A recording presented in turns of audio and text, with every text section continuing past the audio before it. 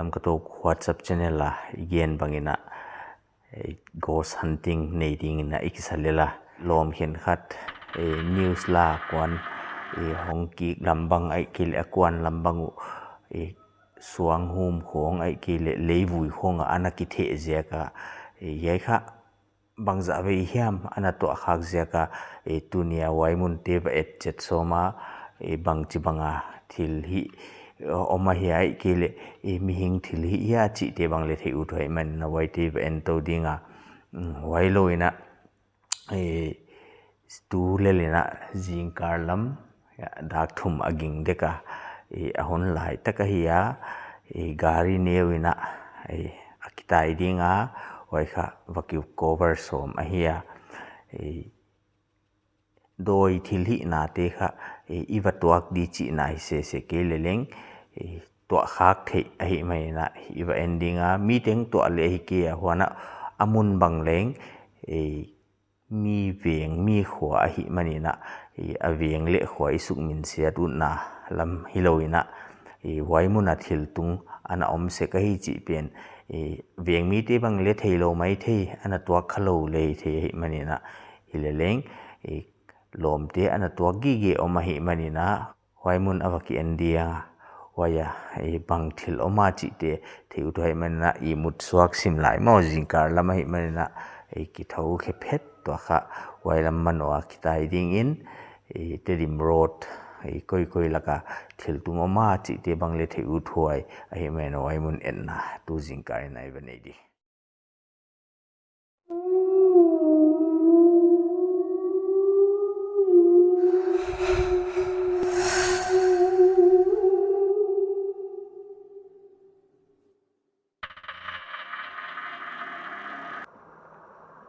Onswag Road le Headogas Road junction hiya jinglam mi mu ding wang ma cha ong hiu mai hi ai mun kha baki pai to ding in ai lama to kha akwa kizwan di hita hi torch light ma hoi diwa baki bichar di ranai be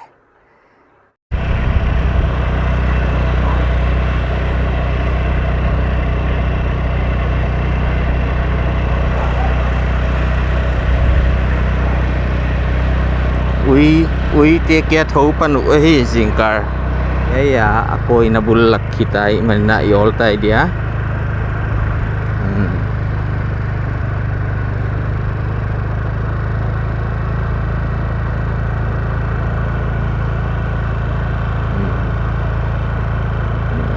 ni ai kim la kai manina khol dia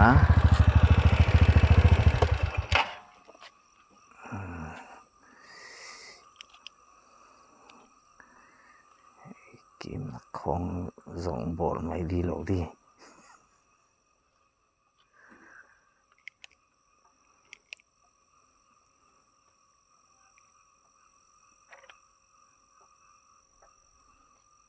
thom di dan bang ma kizalo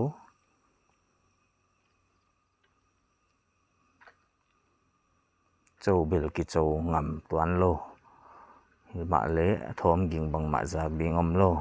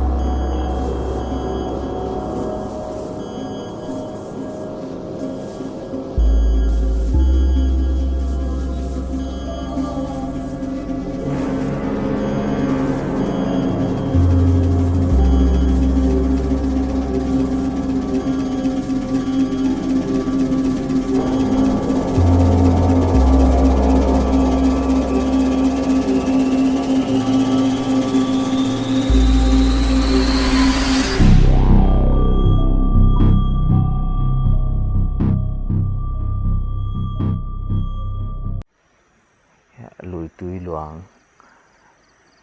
he mun lak ni dangina gal boy ma bangina mei ti te na gim nei ma mai na gari tai chang bo na ya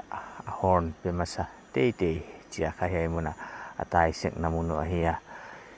he mun leng mi khen khat he muna gari tiu mitina hung sot pi tak bang ana boy wa na thum na bang nei na agari tiu ging non chi khong aki yen namun ahia he mun leng waki ho ma le bang ma om lo ahi manina sak lam phong abel aging zak ding oma tunia thi khiak bel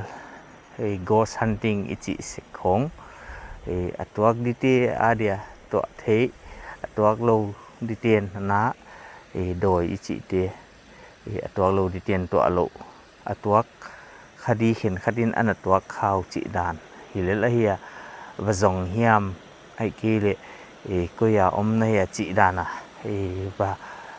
chị thị mốt lỗ hị đàn kha akilang maya hoi jagina entity thị dia poi mobile he dan ghost hunting ichi te an om khak namun khen khat om ma le chia ut hunun ha di dan hong kilang hi mok lo hi chi kha chiang ma hi ging veu bang leng om ma hey ui si khá cái sa ui ai đàn thì tựa đàn có ngày á đôi lộc chị về kỳ pạ lộ thì mạ lệ tựa cái đi lệ tựa lộ thì mấy đàn ấy mấy gari khát bel mạ ai đi ngá ông trái suk ông ta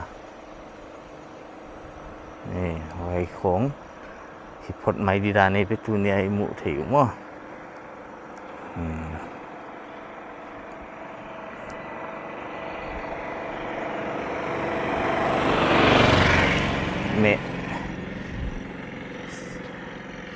mẹ on poi đi na ginta ko ya ai bang teng khong hin te tu nei mu thiu mo tor style bang leng han ma wa agal tan salwan hiya bang ma om lo de dan le lamet banga doi chi te hong kilang mok lo chi kha chiang ma kha siang tho to di ma pathian thu lim sak te kha doi le kawin lao le doi le kaw adia wak banga kilang hi manina doi le kaw te hong kilang mok lo dan hi chi kha chiang ta ka mu the hi tunia hey channel entertaining ting na be kun om noam bangma kimulo he paisuk lama akito level ang ki update ting